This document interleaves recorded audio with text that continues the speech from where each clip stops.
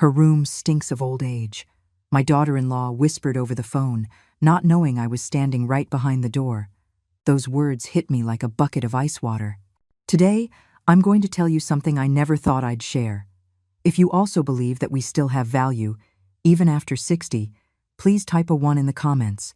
And please, like this video and subscribe. Let's show that together, we are strong. My name is Elena. I am 79 years old. And this is the story of how the people I dedicated my entire life to made me feel like I didn't belong in my son's house or anywhere else in this world.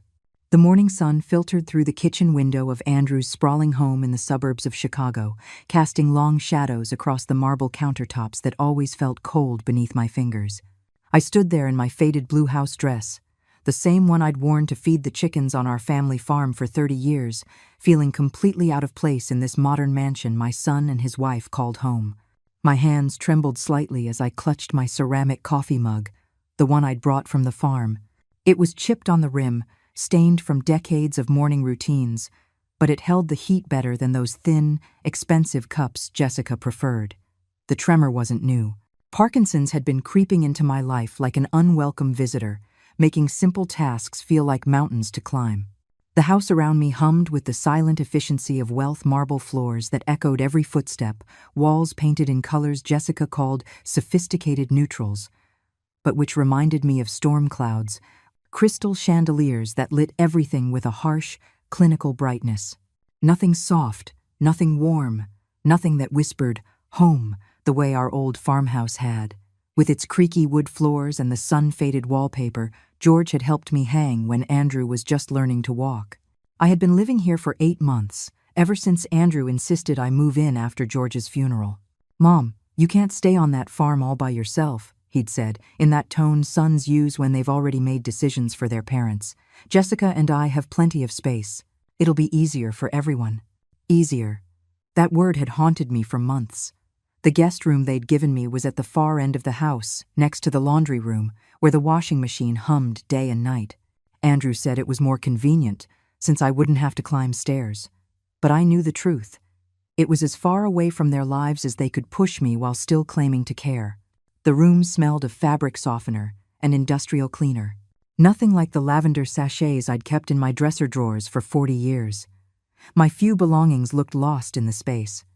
George's reading glasses on the nightstand, our wedding photo in its tarnished silver frame, the quilt my mother had sewn, which now looked shabby against Jessica's designer bedding.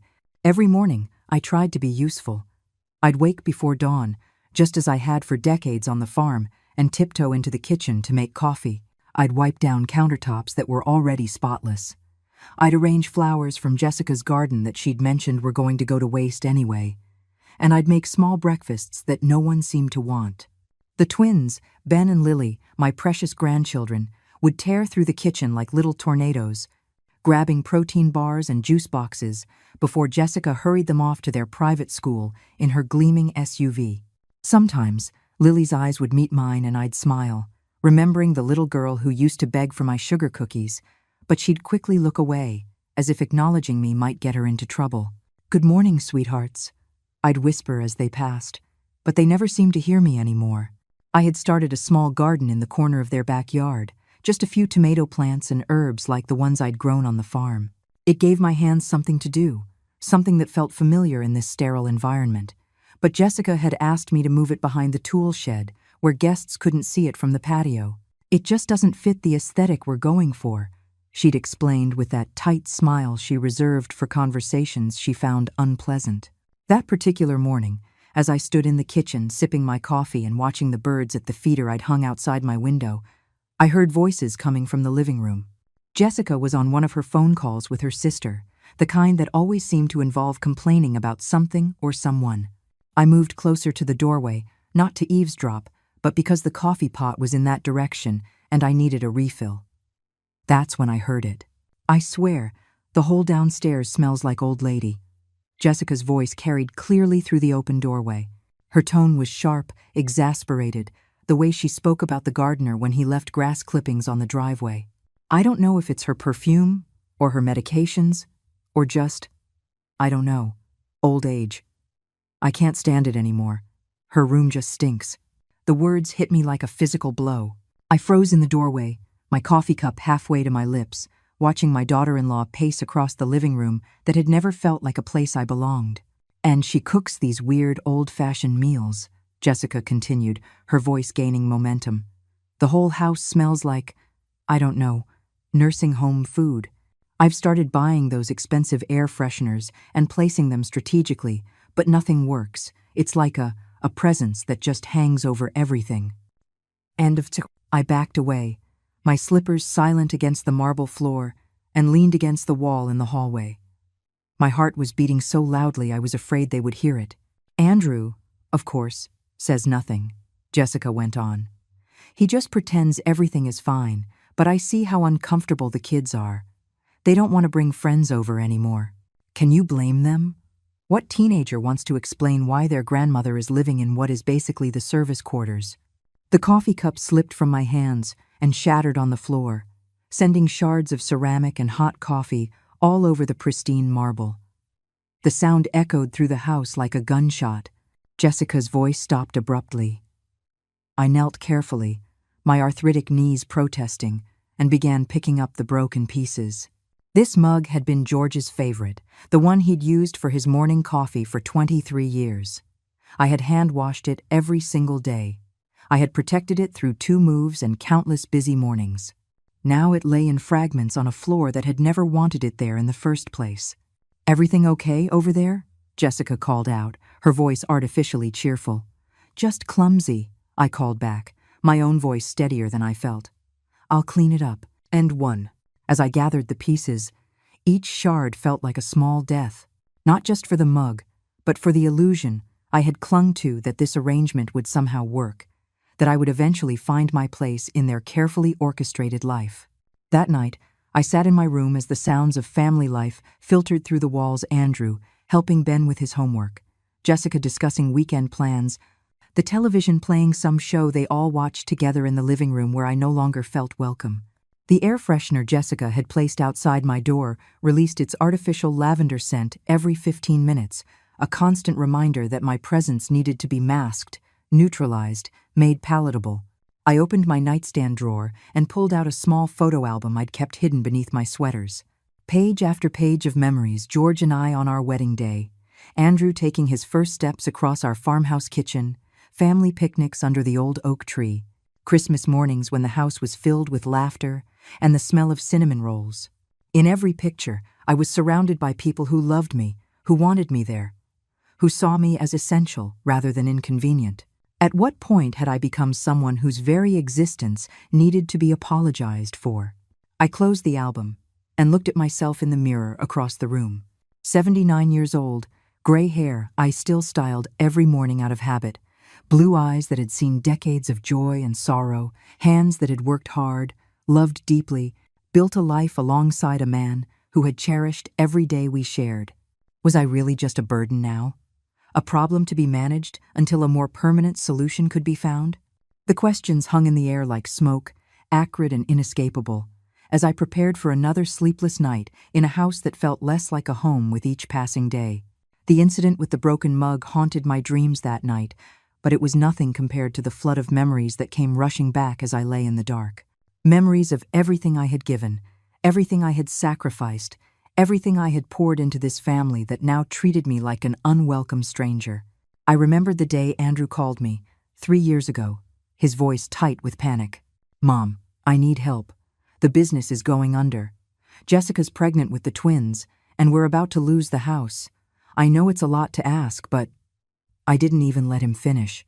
The next morning, I was at the bank in our small farming town, sitting across from Mr. Perez, who had handled our accounts for 30 years. George had only been gone for 6 months, and I was still learning how to make decisions on my own, still reaching for his hand during difficult conversations that were no longer there. "Elena, are you sure about this?" Mr. Perez asked. His weathered face creased with concern as he looked over the documents. "This is your life savings, everything you and George worked for. $47,000, every penny we had scraped together from decades of farming, of selling eggs and vegetables at the town market, of George working construction during the winter months when the land rested. Money we had planned to use for our golden years, for the trips we had dreamed of but never taken, because there was always something the farm needed first. "Andrew needs it," I said simply, signing the papers with the same pen George had used to sign our mortgage 35 years earlier. Family comes first. The money had saved Andrew's consulting business. It allowed him to keep the house where Jessica was building her perfect life. Within 2 years, his company had rebounded and was thriving. He sent me a thank you card with a generic message and a photo of the newborn twins. No mention of paying it back. No acknowledgement that I was now living on Social Security alone, while he drove luxury cars and took vacations to places I had only seen in magazines. But that wasn't the first time, was it? I rolled over, pulling the thin comforter closer as more memories bubbled up like gas in dark water. There was Andrew's college tuition. George and I had mortgaged our farm twice to pay for his education at the University of Illinois, the same university Jessica had attended, where he met her at some frat party. 4 years of tuition, room and board, and spending money so he could focus on his studies, instead of working part-time like most of his classmates. We had eaten beans and rice for months while his check for a spring break trip to Cancun cleared. George had worn the same winter coat for 10 years, patching the holes with duct tape rather than buying a new one. Because Andrew needed money for textbooks and a laptop. "It's an investment in his future," George would say when I worried about our dwindling savings. "He'll take care of us when we're old." When Andrew graduated with honors, he hugged us at the ceremony and promised he would never forget what we had sacrificed for him. The next week, he moved to Chicago and got a job at a consulting firm. His calls became monthly, then just holidays, then just Christmas and my birthday if I was lucky. I had driven myself to George's doctor's appointments because Andrew was busy at work and couldn't get away. I had sat in waiting rooms alone, holding George's hand as nurses explained treatment options and side effects, making decisions about the man I had loved for 53 years while our son attended client dinners and company retreats. The night George died, I called Andrew at 2:47 in the morning. His phone went to voicemail. I called again. Voicemail. Finally, Jessica answered on the 4th call, her voice annoyed and sleepy. "Elena? It's the middle of the night. What is it?" "George is gone," I whispered, my voice breaking. "He passed an hour ago. Could you please put Andrew on the phone?" "He's sleeping. Can it wait until morning?" I stared at the phone, at the love of my life lying still in our bed, at the 47 desiccated years of marriage and photos and shared dreams that now felt like echoes in an empty house. "No," I said quietly. "It can't wait. Andrew arrived 2 days later, staying just long enough for the funeral and to discuss the next steps for my living situation. He stood in our kitchen, the same kitchen where I had made him breakfast every day before school for 18 years, and told me the farm was too much responsibility for someone my age. "Mom, you can't keep this place up on your own," he said, not looking at me as he surveyed the house as if appraising it for sale. "The roof needs repair. The plumbing is old. What if you fell, and no one found you for days?" With the expression someone might use while browsing a thrift store. "We have plenty of space," he added, his voice bright with forced enthusiasm. "And it would be so nice for the kids to spend more time with their grandmother, except the kids barely acknowledged my existence. Ben, now 14, was too busy with his elite private school and his soccer team to notice me. Lily, 12, spent her time in dance classes and coding camps that cost more than George and I spent on groceries in a month. I had given up my independence, my home, my garden, my neighbors who had known me for 40 years, my church where I had sung in the choir since I was 16. I had given up my identity as Elena, a farmer's wife, a pillar of the community, a woman who knew her own worth. In exchange, I had become a guest who had overstayed her welcome. But even here, even feeling like an intruder in my own son's house, I had kept giving. When Lily mentioned she wanted piano lessons, I used my grocery money to pay for her first month of classes. When Ben needed new soccer cleats, I took money from the small emergency fund I kept tucked away in my underwear drawer. When Jessica complained about the cost of the twins' summer camp, I quietly covered the difference, telling myself it was what grandmothers were supposed to do. Last month, when Jessica's book club met at the house, she asked if I would perhaps stay in my room so the ladies could have their space. I spent 3 hours listening to their laughter echo through the walls, smelling the expensive wine and catered appetizers I was not invited to share, wondering when I had become someone who needed to be hidden away, like a family secret. The worst of it wasn't the money I had given. It wasn't even the loneliness or the feeling of being unwanted. It was the slow, dawning realization that I had trained them to treat me this way. Every time I had said yes when I wanted to say no, every time I had smiled when my heart was breaking, every time I had made myself smaller to accommodate their comfort, I had taught them that my feelings didn't matter, that my needs were secondary, that my love came without conditions or expectations of reciprocity. George used to tell me I was too generous, too trusting.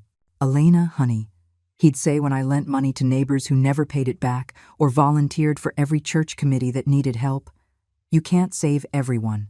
Sometimes people have to save themselves." But I believed family was different. I believed the love I poured out would eventually come back to me, that the sacrifices I made would be remembered with gratitude, that growing old in the bosom of family meant being cherished instead of tolerated. As the dawn light began to filter through the curtains of my basement room, I heard the familiar sounds of the household waking up above me.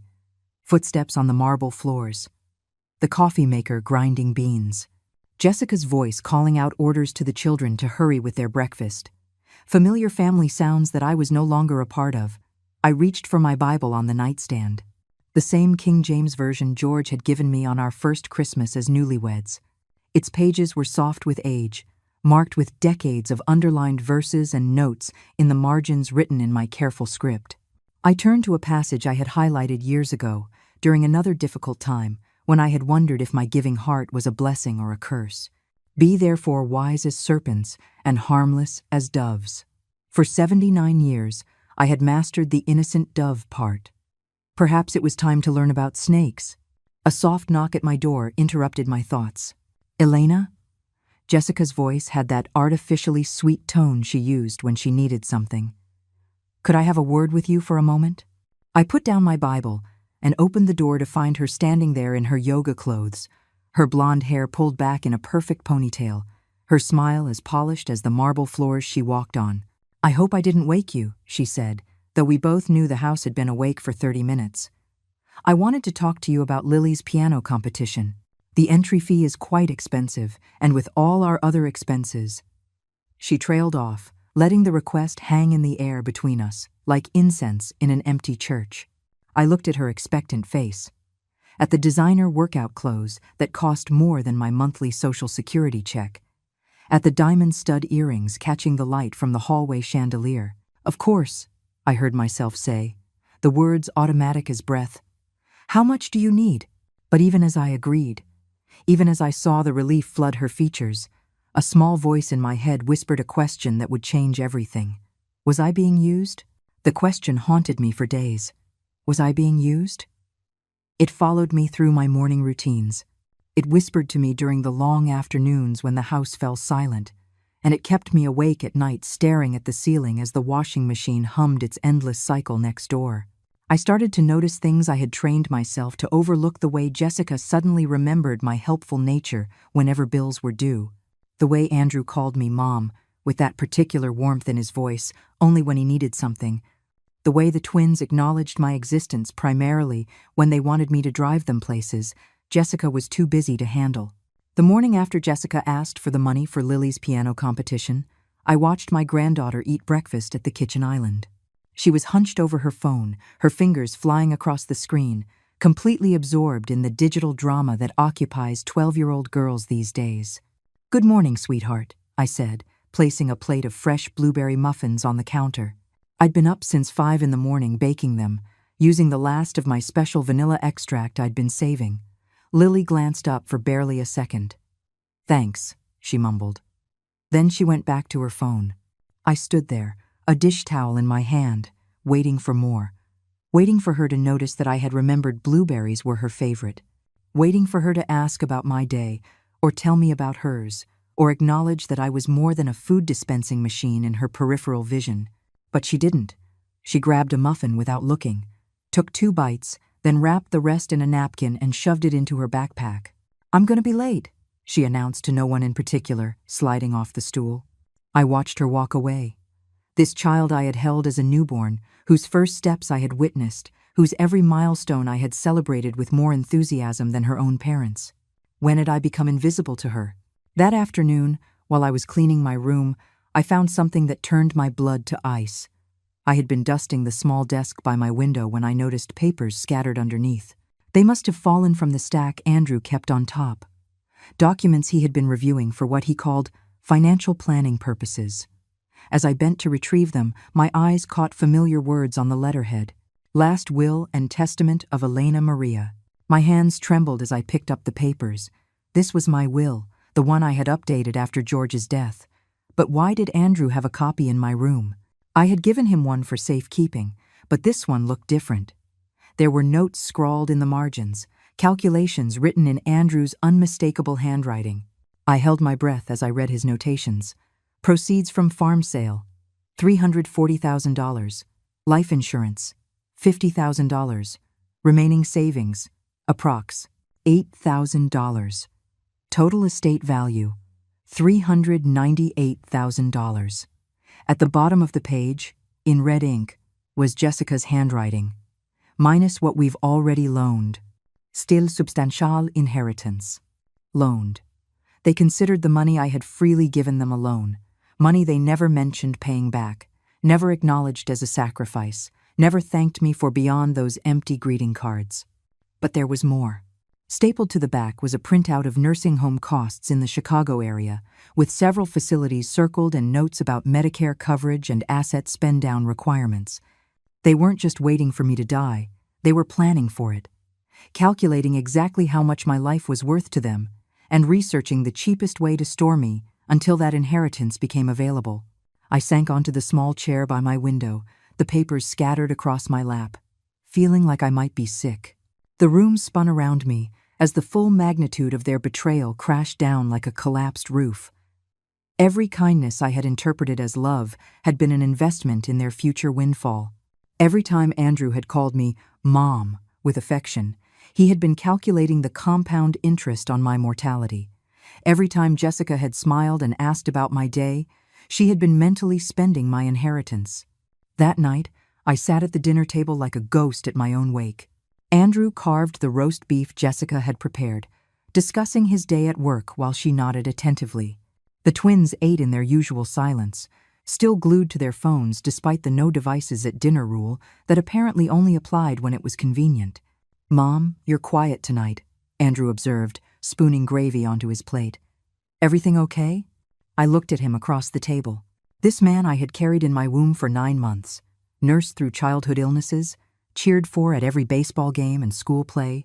His face was pleasant, even concerned, but now I could see the calculator behind his eyes. Now that I knew what to look for. "I'm fine," I said quietly. "Just tired. You should get more rest," Jessica added with that bright, artificial concern. "At your age, you need to take better care of yourself. At my age, as if being 79 was a character flaw I needed to manage better. As if my aging body was an inconvenience they had to endure until nature solved their problem for them." After dinner, as they settled into their nightly routine of television and homework supervision, I retreated to my room and made a decision that should have been obvious months ago. I was going to leave. Not with a dramatic storm of accusations and tears. Not with explanations or confrontations or attempts to make them understand how deeply they had wounded me. I was simply going to gather what was left of my dignity and walk away from people who saw me as nothing more than a financial portfolio with a pulse. That night, I began to make plans with the methodical precision George had taught me. First, I needed to secure my important documents. My Social Security card, Medicare information, birth certificate, and George's life insurance papers. Andrew had insisted on keeping them safe in his filing cabinet, but I knew where he hid the key. Second, I needed to contact my bank and ensure Andrew had no access to my remaining accounts. The realization that he might have been monitoring my finances sent fresh waves of betrayal through my chest. Third, I needed a place to go. The farm was gone, sold to a young family who had promised to restore its gardens and raise their children in its sun-filled rooms. But there were other options. Senior living communities that valued independence, rather than just providing storage for inconvenient elderly relatives. The next morning, as the family rushed through their usual breakfast chaos, I made my move. Jessica was arguing with Ben about his soccer uniform. Andrew was yelling orders from upstairs about traffic delays.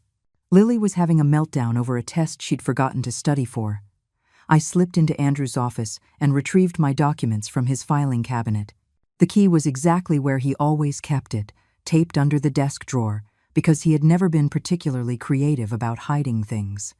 As I gathered my papers, I found more evidence of their planning.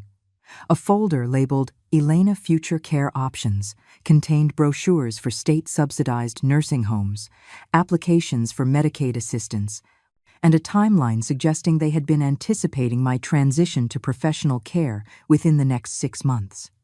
One brochure was circled in red: Sunshine Home, basic care starting at $1,200 a month. The highlighted text read, family members are encouraged to visit during designated hours. Personal belongings should be limited to what can fit in the provided storage space. They had already picked out my cage. I photographed everything with the smartphone Lily had taught me to use last Christmas, back when she still seemed to enjoy my company. Then, carefully, I returned the documents to their original positions and locked the filing cabinet. Walking back to my room, I felt something I hadn't experienced in months: clarity. The fog of confusion and self-doubt that had clouded my thinking was lifting, replaced by a cold, bright understanding of exactly where I stood in my family's priorities. I was an asset to be managed, not a person to be loved. That afternoon, while the house was empty, I called the number on a business card I had kept in my wallet for years. Grace Morrison, the nursing assistant who had helped care for George during his final months, had been so kind, so genuine in her compassion, that I had saved her card, thinking that perhaps one day I would need someone who actually cared about my well-being instead of my will. Mrs. Del Val. Grace's voice was warm with delightful surprise. How wonderful to hear from you. How are you? For the first time in months, someone had asked that question and actually wanted to hear the answer. I've been better, I admitted, surprising myself with my honesty. Grace, I need some help. Not medical help, but I need to make some changes to my living situation, and I don't know where to start. Of course, she said without hesitation. I have tomorrow afternoon free. Would you like me to come see you so we can talk? Actually, I said, looking around the sterile guest room that had never felt like home, could we meet somewhere else? Maybe at that little downtown coffee shop that serves real coffee? Grace laughed, a sound like silver bells. Perfect. I'll bring some information on a few excellent senior communities I know, places where people actually want to live, not just exist. After hanging up the phone, I sat in my chair by the window and watched a cardinal land on the bird feeder outside. The bright red flash of its feathers against the gray October sky felt like a sign, a reminder that even in the darkest seasons, there could still be moments of surprising beauty. For the first time since George's death, I felt something that had been absent so long I had forgotten its name: hope. That night, as I listened to the familiar sounds of family life happening without me in the rooms above, I made a list of everything I wanted to take with me when I left. It wasn't much. George's clothes still hanging in my closet, providing comfort on the hardest nights. Our wedding photo. My Bible. The quilt my mother had sewn. Everything else, the accumulation of a lifetime that had once seemed so important, suddenly felt like anchors weighing me down. Tomorrow, I would begin the process of untethering myself from people who had mistaken my love for their entitlement. Tomorrow, I would begin learning how to be Elena again, instead of just Andrew's inconvenient mother. Tonight, for the first time in months, I fell asleep without crying. My meeting with Grace at Murphy's Cafe downtown was like stepping into sunlight after months in a basement. She arrived 10 minutes early, her warm smile and genuine hug reminding me what it felt like to be welcomed, rather than tolerated. Elena, you look tired, she said as we settled into a corner booth. Her brown eyes filled with the kind of concern that expected no compensation. Are you sleeping well? Over coffee and apple pie that actually tasted like my grandmother's recipe? I told her everything, about the broken mug and Jessica's cruel words, about finding the will with their calculations. about the nursing home brochures and the cold realization that I had become nothing more than a financial investment they were waiting to cash in on. Grace listened without judgment, occasionally reaching across the table to squeeze my hand when my voice broke. When I finished, she was quiet for a long moment, stirring her coffee with a thoughtful precision. "Elena," she said finally, "you know this isn't normal, right? The way they're treating you is not how families are supposed to work." I nodded, feeling the tears sting my eyes. "I keep thinking that if I just try harder, if I'm just more helpful, less of a problem." "Stop." Grace's voice was soft but firm. "You've already given them everything. Your money, your home, your independence, your dignity. How much more do they want? Your soul?" She opened a folder filled with brochures. "I want you to see that you have options, not just options to be stored somewhere, but options to live somewhere, not by default, where you would have your own space, your own autonomy, your own life. Where being 79 is considered 79 years of wisdom, not 79 years of burden." The communities she showed me looked nothing like the sterile nursing home Andrew and Jessica had selected. They were active senior living complexes with libraries and gardens, art studios and walking trails, places where residents had book clubs and cooking classes, where they traveled together and volunteered in their communities. "Spring Gardens has a waiting list," Grace explained, pointing to a picture of a lovely apartment with large windows and a small kitchenette. "But they sometimes have emergency openings for people in difficult situations." I could make a call. That afternoon, while Andrew was at work and Jessica was at her yoga class, I made 3 phone calls that would change everything. First, I called my bank and had Andrew removed from all my accounts. The customer service representative was patient as I explained that circumstances had changed and I needed full control over my finances. "Mrs. Del Valle," she said carefully, "I see that your son has been making regular transfers from your savings to his checking account. Were you aware of these transactions?" My blood ran cold. "What kind of transfers?" "Let me see. Monthly withdrawals of $800 for the past 6 months. They're marked as household contribution, so I just assumed you had authorized them. $800 a month. Nearly $10,000 in total, money I had never agreed to give, never been asked for. Never known was missing because I had trusted Andrew to manage the statements for the account I could no longer read clearly due to my failing eyesight. "I want those transfers stopped immediately," I said, my voice steadier than I felt. "And I want printed statements for the past year sent to a different address." My second call was to Spring Gardens. The director, a Mrs. Martinez, had a voice like honey over steel, warm but authoritative. When I explained my situation in general terms, she offered to meet with me that very evening. "Senora Del Valle, we've had several residents join us after family difficulties," she said diplomatically.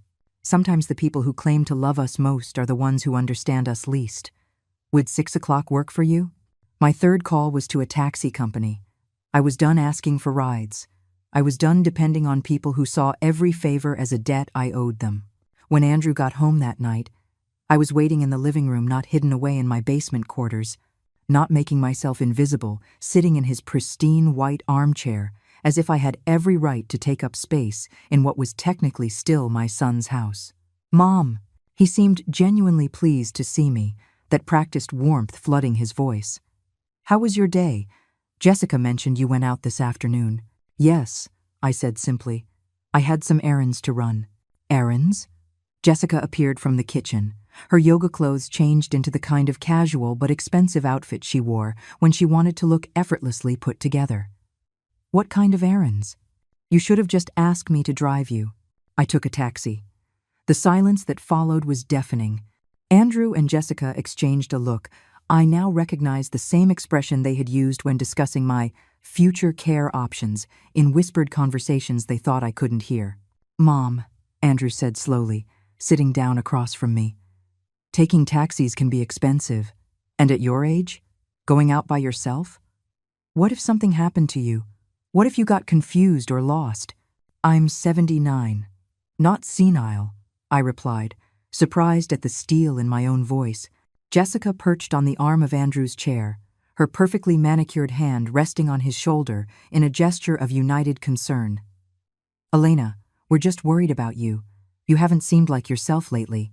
Maybe we should schedule you an appointment with Dr. Martinez just to make sure everything is okay." There it was. The subtle suggestion that my growing independence was actually evidence of declining mental capacity. If I started asserting my rights, started making my own decisions, clearly something was wrong with my brain that needed medical intervention. "I'm fine," I said. "In fact, I'm better than I've been in months." "You seem different," Andrew pressed. "Distant. Are you upset about something? Because if we've done something wrong?" The performance was masterful. The concerned son, the caring daughter-in-law, both so worried about my well-being. If I hadn't found those nursing home brochures, if I hadn't seen my will covered in their financial calculations, I might have believed them. "I've been thinking about my living situation," I said carefully. They both went very still. "What about it?" Jessica asked, her voice a shade higher than usual. "This arrangement isn't working for me anymore. I think it might be time for me to find my own place." Andrew's face went through several expressions in rapid succession: surprise, concern, then something that looked suspiciously like panic. "Mom, you can't be serious. You can't live on your own. What about your medications? Your doctor's appointments? What if you fall? I managed those things for 79 years before I moved in here." "But that was different," Jessica interjected. "You're older now, more frail, and just the expense of it. Mom, senior living facilities cost thousands of dollars a month. You can't afford that on Social Security." I almost laughed at the irony. They had been calculating my net worth down to the last penny, but now, suddenly, I was too poor to afford basic housing. "I've been looking into some options," I said. "I think I can manage." "Options?" Andrew's voice cracked slightly. "What kind of options?" "Mom, you can't just make major life decisions without talking to us first. We're your family. We need to be involved in these decisions." "The same way you were involved when you chose the Sunshine home?" Dead silence. Jessica's face drained of color. Andrew's mouth opened and closed like a fish gasping for air. "I don't know what you're talking about," Jessica said finally, but her voice lacked conviction. "The brochures in Andrew's office, the one with the basic care package circled in red. Were you going to ask for my input on that choice? Or was I just supposed to be grateful for the warehouse you selected?" Andrew stood up abruptly, running his hands through his hair. "Mom, were you going through my private papers? My will was mixed in with your private papers, along with calculations about my estate value and notes about the money you've loaned me. Oh, now, we were just trying to plan ahead, to make sure you're taken care of if something happens. By robbing me of $800 a month from my bank account?" The accusation hung in the air like smoke from a fire. Jessica's face went from pale to flushed. Andrew sank back into his chair like a deflating balloon. "We weren't robbing you," he said weakly. "We were using that money for your care, your food, your utilities, your share of the household expenses." "Dad, my share of the household expenses for living in the basement next to your laundry room? $800 a month for the privilege of being hidden from your guests and told my existence stinks? That's not fair," Jessica snapped, her composure finally breaking. "We opened our home to you. We fed you, housed you, included you in our family. Do you have any idea what a strain this has put on our marriage? How hard it's been to explain to our friends why we have a grandmother living with us? Do you know what people say about families who can't afford professional care for their elderly parents?" The mask was off now. No more pretense of loving concern. No more performances of dutiful children caring for an aging parent. This was about their image, their convenience, their financial planning. "So this has all been a burden," I said quietly. "That's not what she meant," Andrew began, but Jessica cut him off. "Yes, Elena, it has been a burden, a huge one. But we've done it anyway, because we are good people who believe in family responsibility. And now you want to throw it back in our faces? By running off on your own like some rebellious teenager?" I stood up slowly, my arthritis making the movement deliberate and careful. They both watched me as if I might either collapse or explode. "You're right," I said. "This has been unfair to all of us. You shouldn't have to bear the burden of caring for someone you see as a burden, and I shouldn't have to live in a place where I am not wanted. Mom, wait. Andrew reached out to grab my arm, but I pulled back. I'll be moving out within the week. You can have your basement back for storage, the way it was always meant to be. M. That night, they knocked on my door every hour. First Andrew alone, then Jessica alone, then both of them together, each time with a different approach, pleading, reasoning, guilting, even crying. But my decision was made. Grace had called with good news. Spring Gardens had an emergency opening.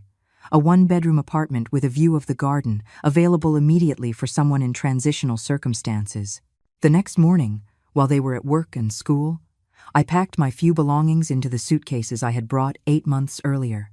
Grace arrived with a friend who owned a moving truck, and together we transported the remnants of my old life to the beginning of my new one. I left a note on the kitchen counter next to the coffee maker I had used every morning to brew coffee no one ever shared with me. Thank you for teaching me the difference between being family and being home. I have found a place where I can be both. Elena. As we drove away from the house that had never welcomed me, I felt something I hadn't experienced since George died. Freedom. The feeling was so foreign, so unexpected, that I began to cry in the passenger seat of Grace's car. But for the first time in months, they were tears of relief instead of despair. My first morning at Spring Gardens, I woke up without the sound of a washing machine rumbling through the walls.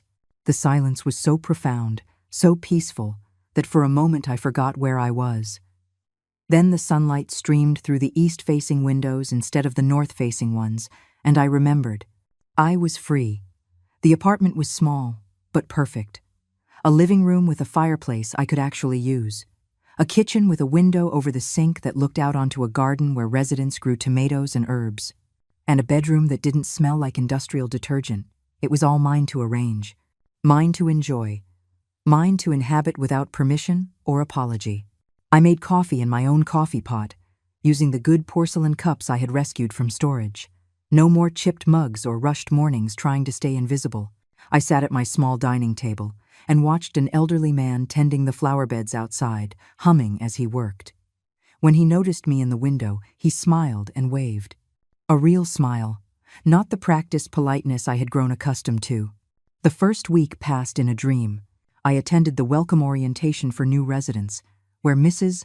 Martinez introduced me to a community of people who had chosen to be there, not stored by their families, not hidden away until death claimed them, but actively living in a place designed for their comfort and dignity. "We have book club on Tuesdays," said Margarita Chen, a tiny 83-year-old woman who had been a librarian for 40 years. "And don't let the name fool you. We argue more than we read." Last month, Dorothea threw her copy of The 7 Husbands of Evelyn Hugo at Harold because he said romance novels weren't real literature. Harold, a distinguished gentleman with a white beard and twinkling eyes, laughed from across the common room. I stand by that statement, but I do apologize for the bruise. I laughed too. Actually laughed. For the first time in months. When was the last time I had been part of a conversation where people valued my opinion, where my presence added to the group instead of subtracted from it? "Elena, you have that look," Grace said when she came by on Thursday night with Chinese takeout and a bottle of wine. "What look?" "The look of someone who is remembering who she used to be." She was right. Every day without walking on eggshells, without measuring my words for fear of causing an inconvenience, without hiding parts of myself to fit into someone else's idea of what I should be, I was feeling more like Elena and less like Andrew's bothersome mother. I joined the gardening committee and found myself planning an herb garden that would remind me of the farm. I signed up for the weekly trips to the farmer's market, where I could pick out my own vegetables without checking if they met Jessica's aesthetic standards. I even attended a painting class, something I had always wanted to try but had never allowed myself the time or space to explore. But my newfound peace was shattered on Saturday morning when my phone rang at 7 in the morning. "Mom, what the hell do you think you're doing?" Andrew's voice was tight with barely controlled panic. "Good morning to you too, Andrew. Don't you good morning me. You disappeared. You left a note like you were a teenage runaway instead of talking to us like adults." I settled into my comfortable armchair, the one I had positioned perfectly to catch the morning light. "I did try to talk to you. You responded by questioning my mental competence and suggesting I needed a medical evaluation. Because we're worried about you. Mom, you're making impulsive decisions, moving into some random facility without letting us inspect it first, without considering the financial implications. The financial implications for whom? Silence. Andrew, I am quite comfortable here. I have my own space, my independence, and people who actually enjoy my company. Why is that problematic for you? It's not problematic. It's just… Mom, how much is this place costing you? Because if you're spending your savings on some luxury senior living, there won't be anything left for emergencies. Or for… well, for the future. There it was. The real concern wasn't my happiness or well-being, it was the potential depletion of their inheritance.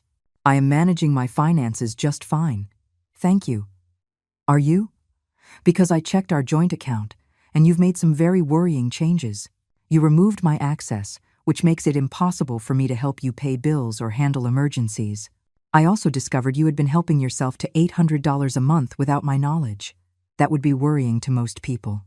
That money was for your care, your room and board, your share of utilities, groceries.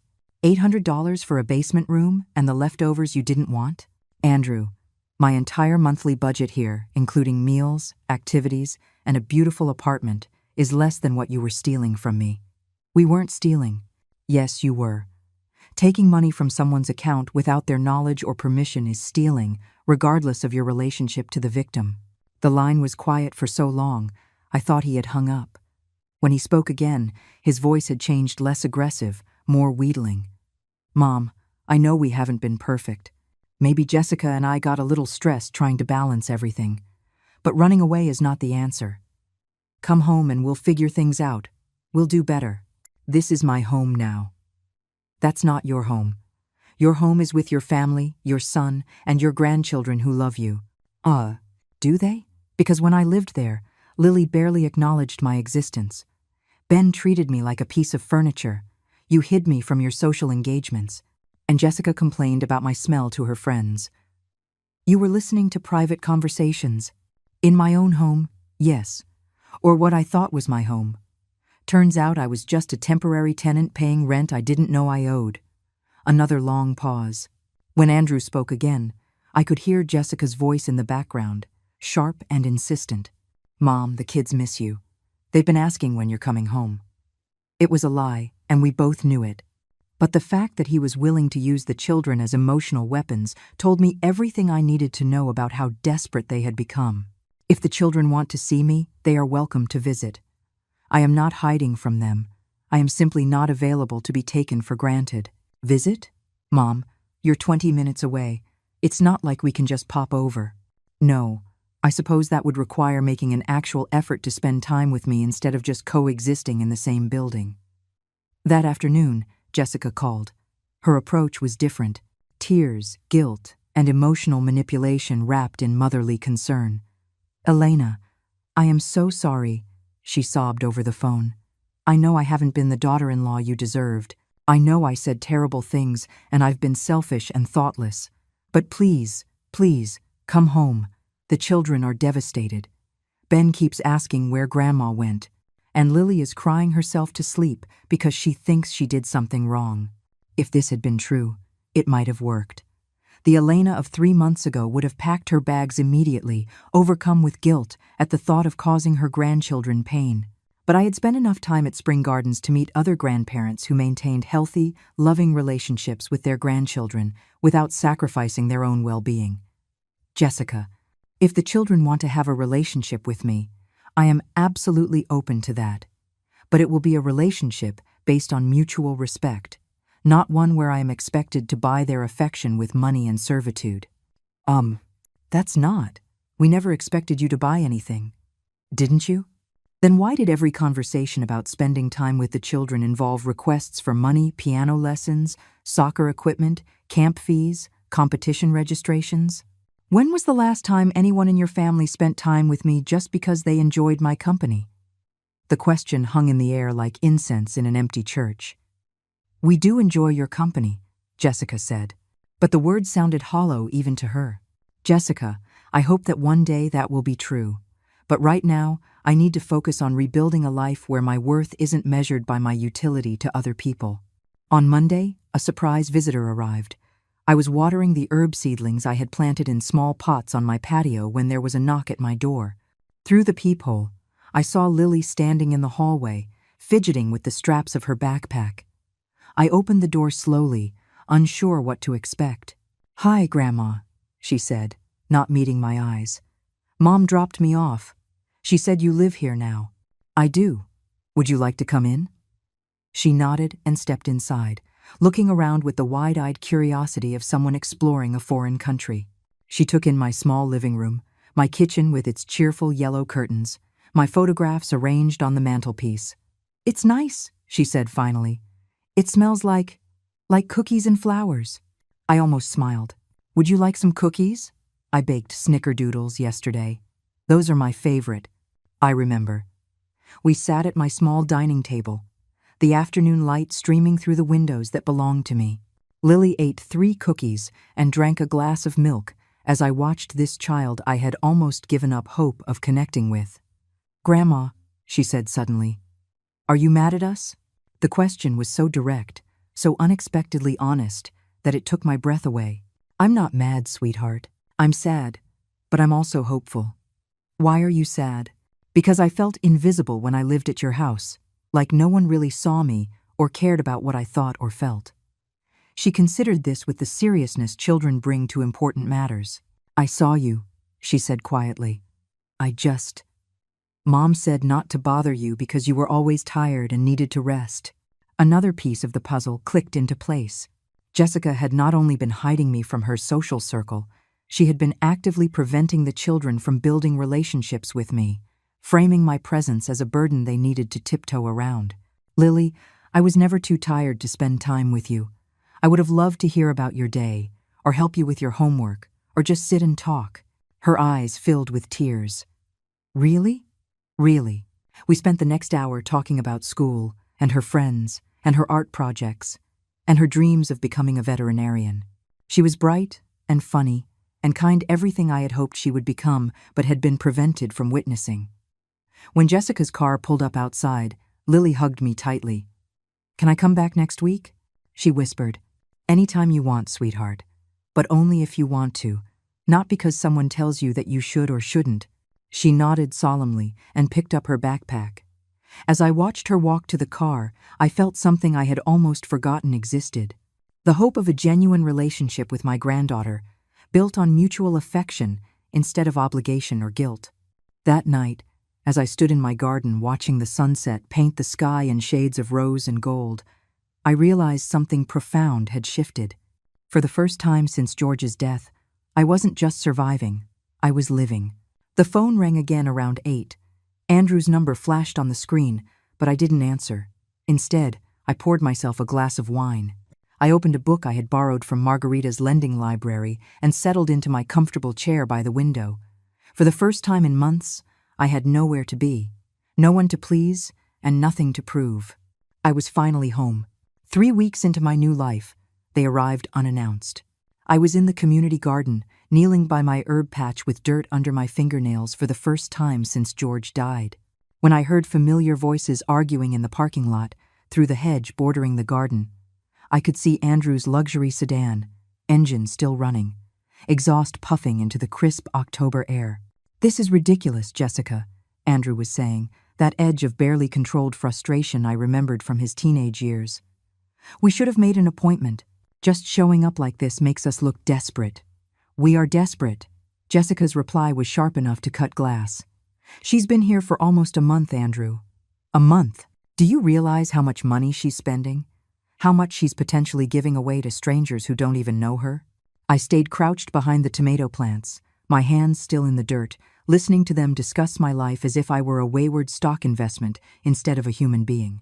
"Mom always said I could count on my inheritance to help with the kids' college funds," Andrew continued, his voice dropping to a whisper that somehow carried more menace than a shout. "Now she's living in some commune, probably being brainwashed by people who want to get their hands on her money." "It's not a commune," Jessica snapped. "I looked it up online. It's one of those expensive senior communities where lonely old people go to feel important."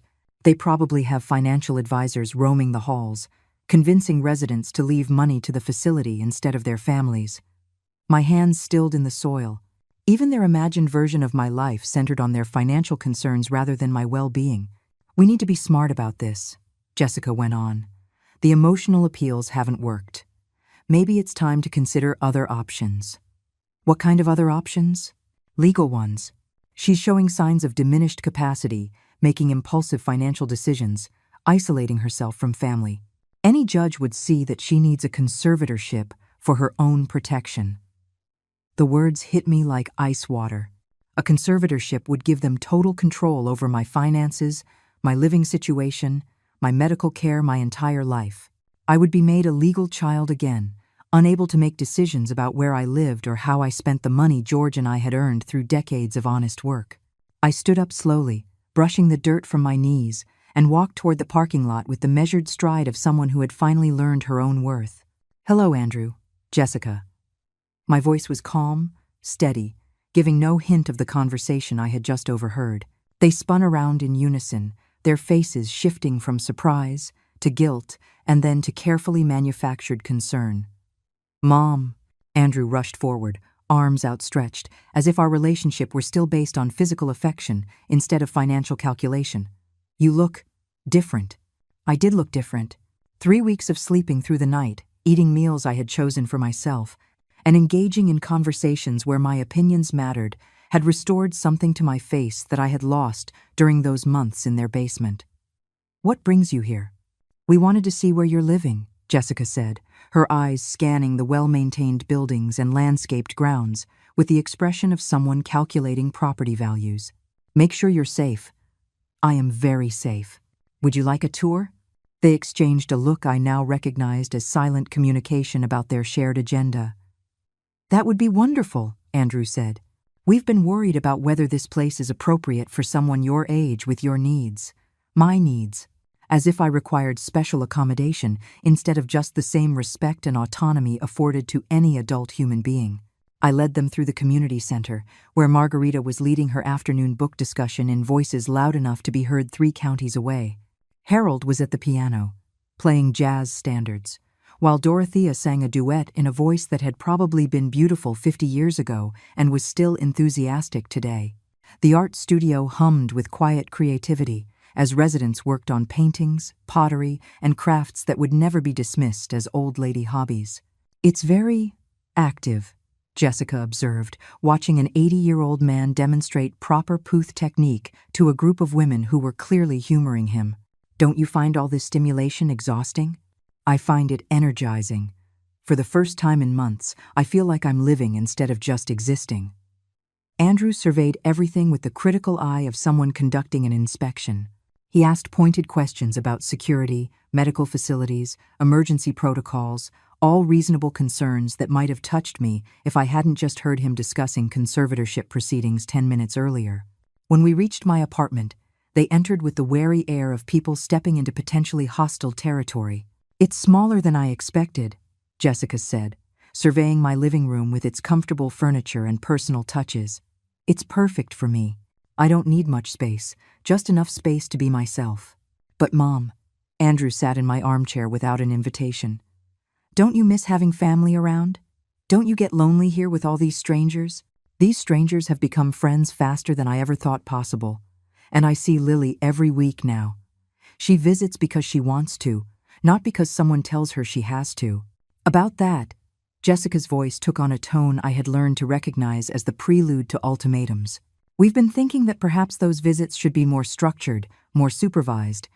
You know, to make sure Lily isn't being burdened with having to entertain you." The mask was slipping again. They couldn't control me anymore, so they were going to control my access to my granddaughter. "Lily doesn't entertain me, Jessica. We spend time together. We bake cookies. We work on her art projects. We talk about books. You know, the things grandmothers and granddaughters have been doing for centuries." "Yes, but at her age, she needs to be focused on her future college prep, extracurricular activities. Time spent visiting elderly relatives, while sweet, isn't really productive for her development." Elderly relatives. Not her grandmother, not family. Elderly relatives who were impediments to Lily's productivity. I see. I moved to the kitchen and began making tea, my hands steady despite the rage building in my chest. And what about Ben?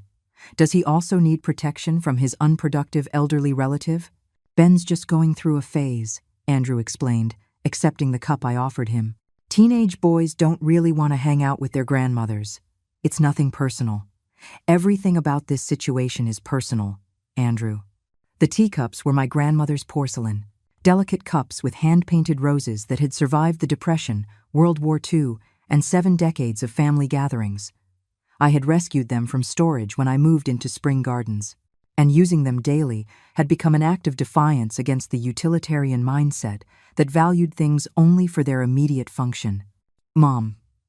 Andrew set down his cup and leaned forward with the earnest expression he had perfected for difficult conversations.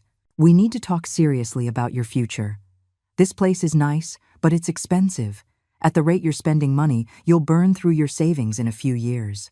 My financial situation is stable. Thank you. Is it?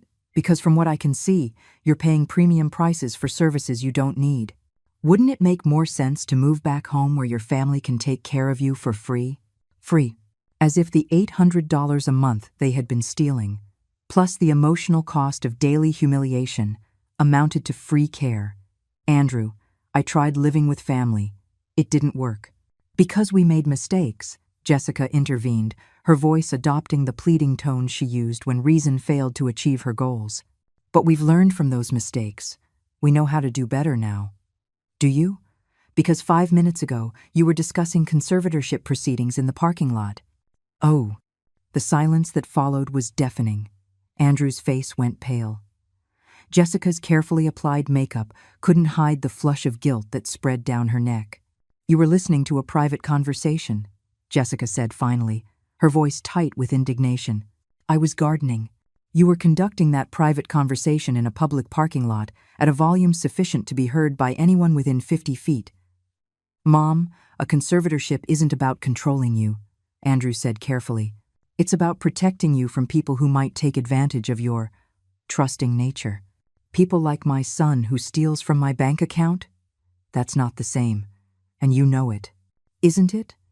You took money without permission, you justified it with expenses I never agreed to pay, and now you're threatening legal action to regain access to my finances. How is that different from the financial abuse you claim you're protecting me from? Andrew stood up abruptly, pacing to my window that looked out onto the garden where I had been peacefully working before their arrival. This is exactly what I'm talking about, he said, his voice rising. You've become paranoid, suspicious of your own family.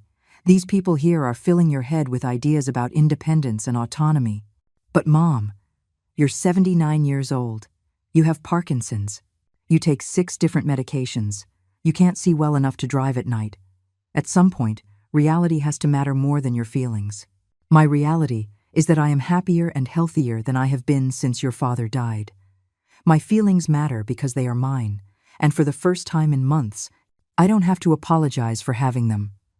Jessica joined Andrew at the window, and together they looked out at the community that had welcomed me with open arms. Elena, please, be reasonable, Jessica said, her voice adopting the persuasive tone she used with the children when they resisted bedtime. We're not the enemy here. We are your family. We love you. Then prove it. What? Prove that you love me. Not my money, not my utility, not my potential inheritance. Prove that you love me as a person. They looked at each other, then they looked at me, as if I had asked them to solve advanced calculus. We don't need to prove anything, Andrew said finally. Love isn't something you prove, it's something you feel. Love is something you demonstrate, I corrected, through actions, choices, priorities. And your actions have demonstrated very clearly what your priorities are. I walked to my bedroom and returned with a manila folder I had prepared for exactly this moment. These are copies of my bank statements showing unauthorized withdrawals, I said, placing the documents on my coffee table. These are photographs of the nursing home brochures I found in your office, with your notations about costs and care levels. These are copies of my will, with your calculations of my estate value. The papers lay between us like evidence in a criminal trial. This is what love looks like to you, I continued. Financial planning around my death. theft disguised as household contributions, and housing arrangements made without my input or consent. Mom, you're taking everything out of context. No, Andrew, I'm finally seeing everything in its proper context. You don't love me. You love what I represent to your financial security. You don't want me in your lives. You want control over my assets until you can transfer them more permanently to yourselves. I opened my front door and held it open. I think it's time for you to leave. Mom, we're not finished talking. Yes, we are. You can have a relationship with me based on mutual respect and genuine affection, or you can continue to plot ways to control my money and my life. But you cannot have both. You're making a mistake, Jessica said as they collected their coats. When you're in a hospital bed with no family around because you've alienated everyone who cares about you, you will regret this stubbornness. And wait, Jessica, I have been in metaphorical hospital beds for months, surrounded by a family who saw my pain as an inconvenience to be managed rather than a comfort to be offered. I will take my chances facing actual illness, surrounded by people who chose to care about me, rather than people who felt obligated to tolerate me. When their car pulled out of the parking lot, I felt something I hadn't expected, a relief so profound it brought me to tears. I had finally stopped trying to earn the love of people who had no intention of giving it. I had finally chosen my own dignity over their approval. For the first time since George died, I felt truly free. That evening, Margarita knocked on my door with a bottle of wine and a conspiratorial grin. "Tough day?" she asked, settling into my armchair as if she belonged there. "Enlightening day," I replied, pouring 2 glasses of wine into my grandmother's crystal goblets. "Those are usually the hardest kind," she said, raising her glass. "Here's to clarity, and to the courage to act on it." "To freedom," I replied, "and to choosing the family that chooses you back." We toasted to that, and to the sunset painting my windows gold, and to the sound of laughter drifting up from the patio where my neighbors, my real family, were enjoying their evening together. I was finally home.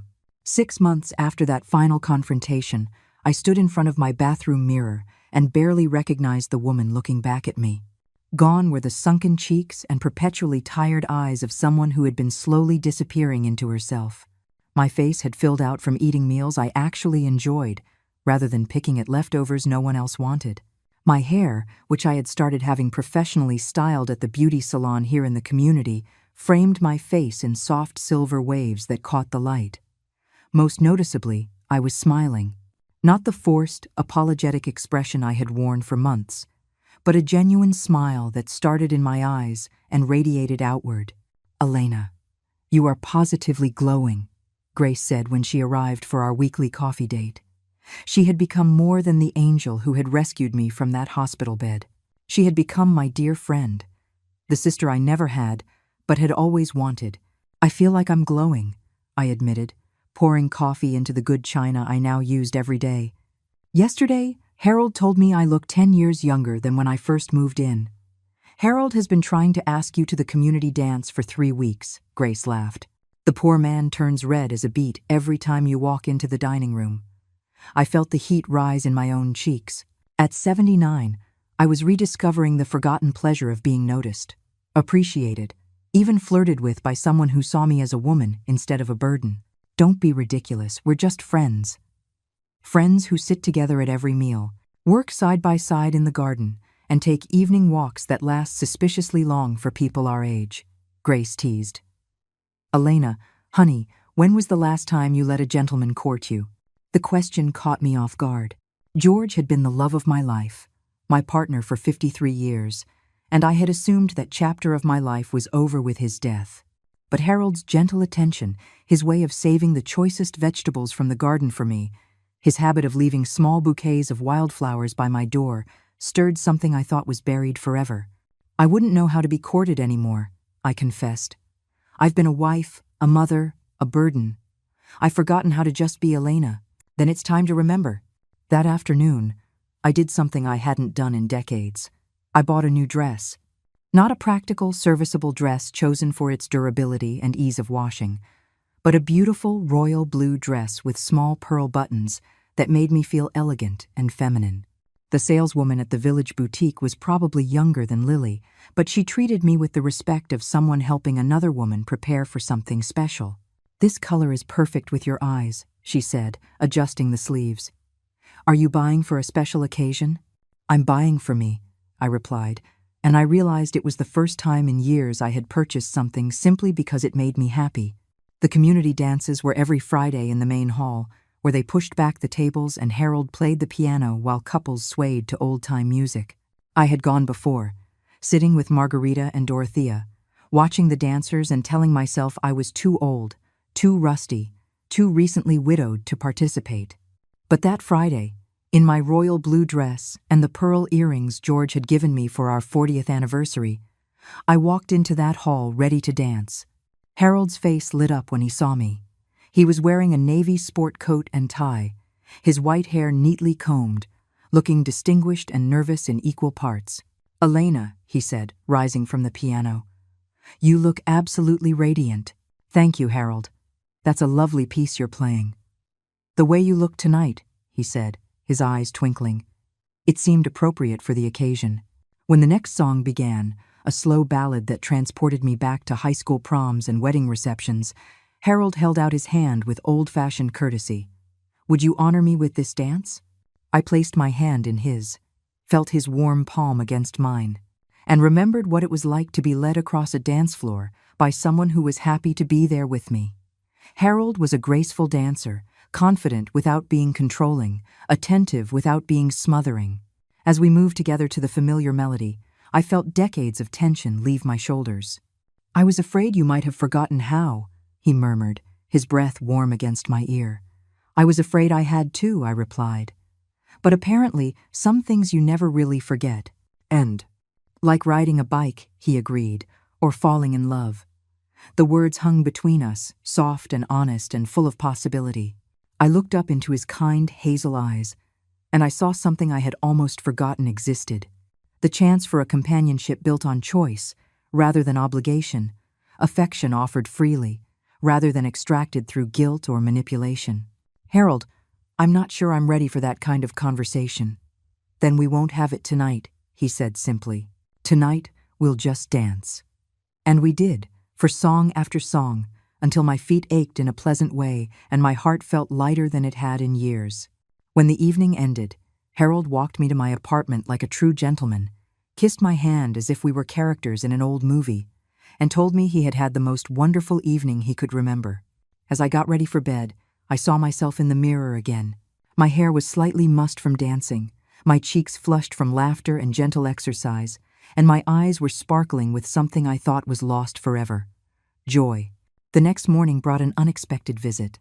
I was tending my herb garden in my oldest pair of jeans and a University of Illinois sweatshirt that had been George's when I heard a familiar voice call my name. "Grandma Elena?" I turned to see Ben standing at the garden gate, looking uncertain and older than his 14 years. He had grown several inches since I last saw him, his voice deeper, his face showing the first signs of the man he would one day become. "Ben?" I said, putting down my watering can and walking toward him. "What a wonderful surprise." "Mom doesn't know I'm here," he said quickly. "I took the bus. I told her I was going to soccer practice, but I wanted to see you." My heart squeezed with a mixture of delight and concern. "Is everything okay at home?" He shrugged with the elaborate nonchalance teenagers use to mask deep feelings. "I guess. It's different since you left. Quieter. Mom and Dad argue more, and Lily keeps asking when you're coming back, and they keep saying you're not, and I wanted to see for myself if you were okay." I gestured to the small patio area in front of my apartment. "Would you like to sit down? I could make us some lemonade." "That would be cool." As I made the drinks in my kitchen, I watched Ben through the window, taking in his surroundings with the analytical eye he had inherited from his father. He examined the garden, the other residents visible in the distance, the well-kept buildings and paths. "This place is pretty nice," he said when I returned with the glasses and a plate of cookies. "Not like the nursing homes they show in the movies." "It's not a nursing home," I explained. "It's a community for people who want to maintain their independence while having support when they need it." "Like college for old people?" I laughed at his description. "I suppose that's not a bad comparison. People learn new things here, make new friends, explore interests they never had time for when they were younger. Ben ate 3 cookies while asking surprisingly mature questions about my living situation, my activities, my happiness. His concern seemed genuine, not prompted by adult coaching. And I found myself having the kind of conversation with my grandson I had always hoped we would one day share. "Grandma, can I ask you something?" "Of course." "Why did you really leave? I mean, I know Mom and Dad say it was because you wanted more independence, but—" He trailed off, struggling with words that were too big for his teenage vocabulary. "But you suspect there was more to it?" He nodded. I considered how much truth to share with a teenager whose world was already complicated by parents who had never learned to separate their needs from others. "Ben, sometimes adults make decisions that seem harsh or confusing, but are really acts of self-respect. I left because I realized I was living in a situation where I couldn't be myself, where my needs and feelings didn't matter as much as other people's convenience." "So you weren't happy with us?" The hurt in his voice broke my heart. This child had been caught in the middle of adult manipulations and betrayals he was too young to understand. "Ben, my unhappiness had nothing to do with you or Lily. You are both wonderful children, and I love you more than you can possibly imagine. But love isn't always enough to make a living situation work. Do you think you'll ever come back?" "I think I will always be your grandmother, no matter where I live, and I think the relationship we build now, as you become a young man, can be whatever we choose to make it." We spent the next hour walking through the community, with Ben meeting Harold, who was impressed by his knowledge of baseball statistics, and Margarita, who immediately enlisted his help with the community newsletter. By the time he had to leave to catch the bus back, Ben seemed more relaxed, more understanding of my decision. "Grandma," he said as we reached the bus stop, "I'm sorry if we made you feel bad when you lived with us. I didn't know." "You didn't make me feel bad, sweetheart. You were just being a kid, which is exactly what you were supposed to be doing." "Can I come see you again? Like, regularly?" "I would love that.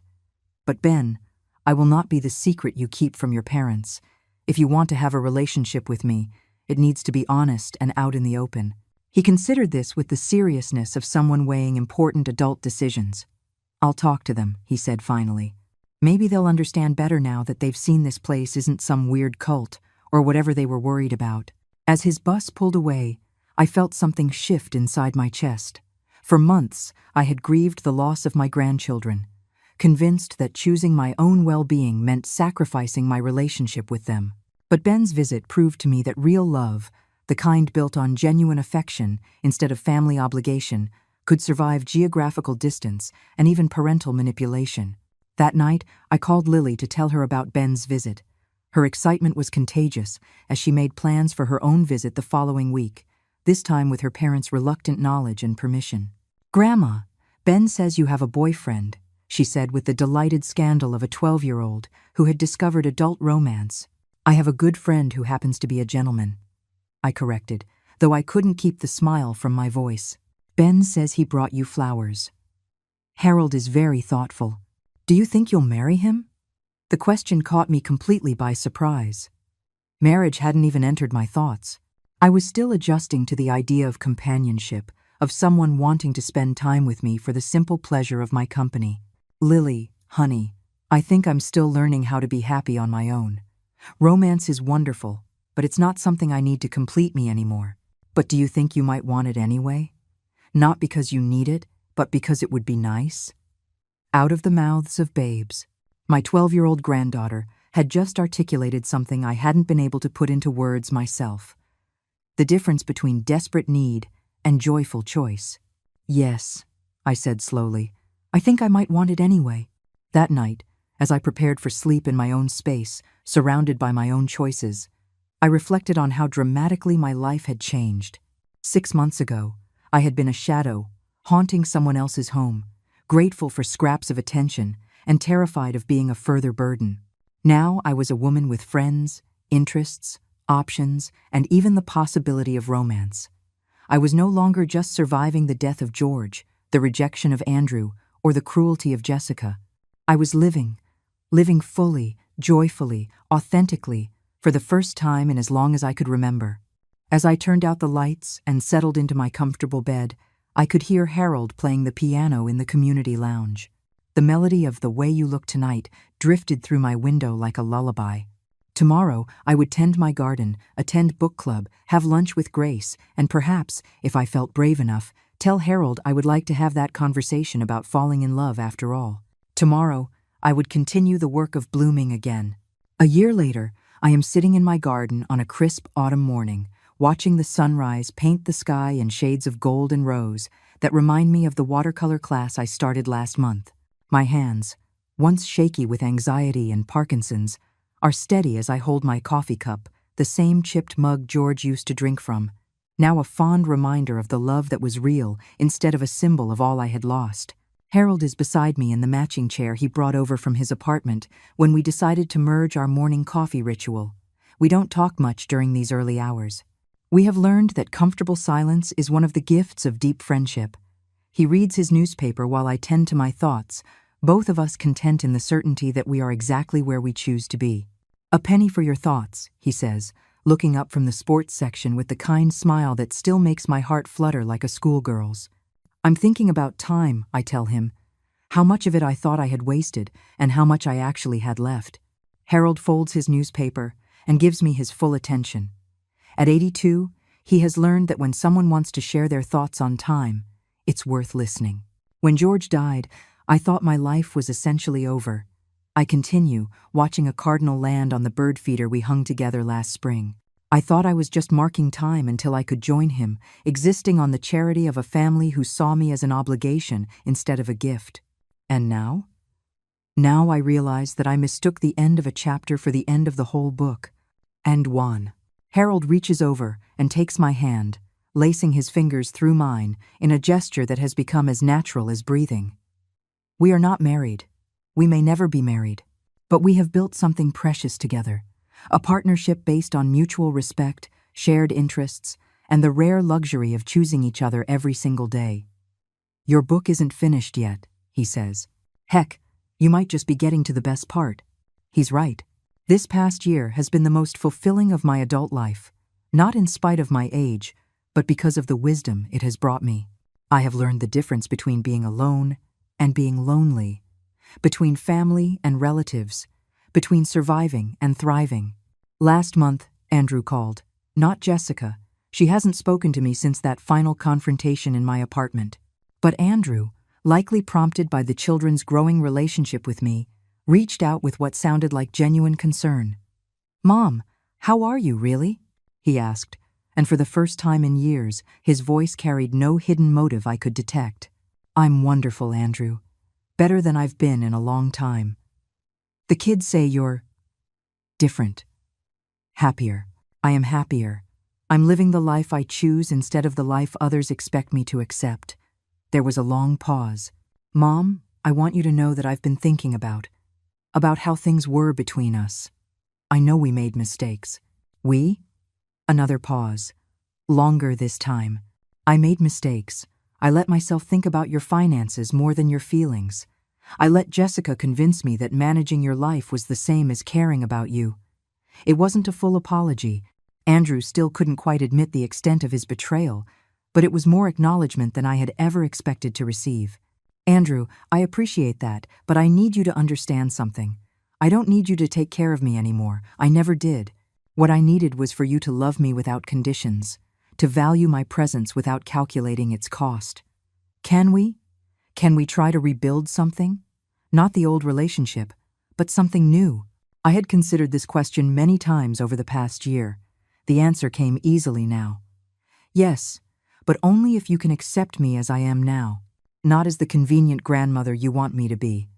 I will not be moving back into your house. I will not pretend to be helpless so you can feel important. I will not apologize for having a life that doesn't revolve around your needs." "Okay," he said quietly. "I think I can do that. Then we'll see.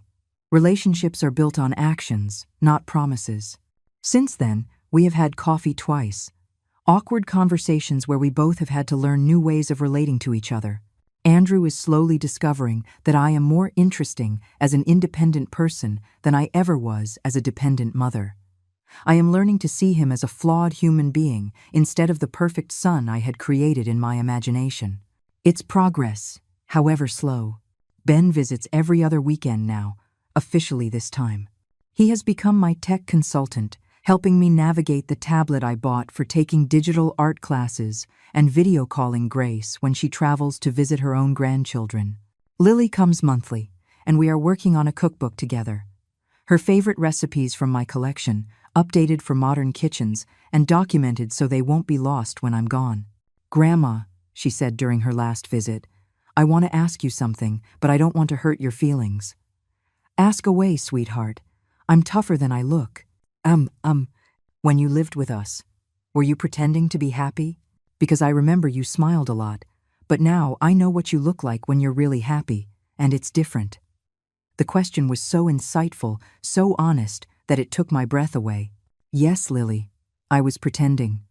I thought that if I smiled enough, if I was helpful enough, if I asked for the bare minimum, eventually people would want me around instead of just tolerating me. That's sad. It was. But you know what? Learning to stop pretending was one of the best things I ever did for myself. Now, when I smile, it's because I mean it. She nodded with the wisdom children sometimes possess about emotional truths that adults complicate. "I'm glad you stopped pretending, Grandma. I like the real you better. The real you." At 79, I was finally getting to know her for the first time. Harold and I finish our coffee as the community comes to life around us.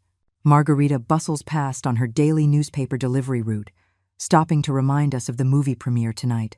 Dorothea waves from her balcony, where she is hanging laundry in deliberate defiance of the community rule about clotheslines, her small act of rebellion that everyone pretends not to notice. The Johnsons from Building C head out for their morning walk, still holding hands after 62 years of marriage. This is my world now. Not perfect, not glamorous, but genuine. A place where I am valued for who I am instead of what I can provide. Where my age is considered an accumulation of experience rather than an expiration date approaching too quickly. "Elena," Harold says, as we gather our coffee cups and prepare to start the day, "do you ever regret leaving your family?" I consider the question seriously. A year ago, the answer would have been immediate and full of guilt. Now, I understand that leaving my family's house was not the same as leaving my family. I regret that it took me so long to value myself enough to demand better treatment. I regret that I taught people to see me as disposable by acting as if I were. But leaving? Leaving was the first honest thing I had done in years. Any advice for people who might be in similar situations? The question surprises me. Harold knows my story, but he has never asked me to distill it into lessons before. Stop waiting for permission to live your lives, I say without hesitation. Stop believing your worth is dependent on other people's approval. Stop accepting scraps of affection from people who should be offering you full-course meals of love and respect. That's harder than it sounds when you're alone and afraid. Everything worth doing is harder than it sounds. But you know what's even harder? Spending the rest of your life wondering what would have happened if you had been brave enough to bet on yourself. Harold smiles and kisses my cheek with the tender affection of someone who has learned that love doesn't diminish with age. It just becomes more precious, because we understand how rare it island. As I get ready for my day watercolor class at 10, lunch with Grace at noon, book club at 3, dinner with Harold at 6, I marvel at how full my calendar has become. Not with obligations I dread, but with activities I chose because they bring me joy. Tonight, Harold and I will attend the monthly community dance. I bought another new dress last week, a deep emerald green that brings out my eyes and makes me feel beautiful in a way I thought was lost forever. We will dance to the music of our youth, surrounded by friends who celebrate our happiness instead of resenting it. Tomorrow, I will meet with a lawyer to update my will. Not because Andrew and Jessica have pressured me, but because I want to ensure my money goes to places and people who will use it to spread kindness instead of enabling selfishness. Grace will receive a substantial gift. Spring Gardens will get a donation to its scholarship fund that helps low-income individuals afford community living. The children will receive modest amounts when they turn 30, old enough to appreciate rather than simply expect inheritance. The rest will go to organizations that support seniors in transition, people like the me of a year ago who need help remembering their own worth. Tonight, as I stand in front of my mirror getting ready for the dance, I see a woman I recognize and admire. Silver hair, elegantly styled. Skin that shows every year I've lived, but glows with health and contentment. Eyes that sparkle with anticipation for whatever comes next. I am 79 years old. I am strong, independent, loved by choice instead of obligation, and happier than I have been since I was a young woman discovering the world for the first time. I am not waiting to die. I am learning how to live. And if there is anyone out there, anyone listening to my story who feels invisible, unwanted, taken for granted, I want you to know this. It is never too late to write a new chapter. It is never too late to choose yourself. It is never too late to discover that the life you are settling for is not the life you have to keep. You are worth more than the scraps of attention people throw you. You deserve more than to be tolerated by people who claim to love you. The question is, do you believe it enough to do something about it? Because if you do, if you are ready to stop accepting less than you deserve, then maybe, just maybe, your best chapter is still waiting to be written. Have you ever felt invisible in your own family? Or do you know someone who has experienced this kind of treatment? Share your thoughts in the comments. And if this story touched your heart, please give this video a like and subscribe to our channel so we can share this message with someone else who needs to hear it.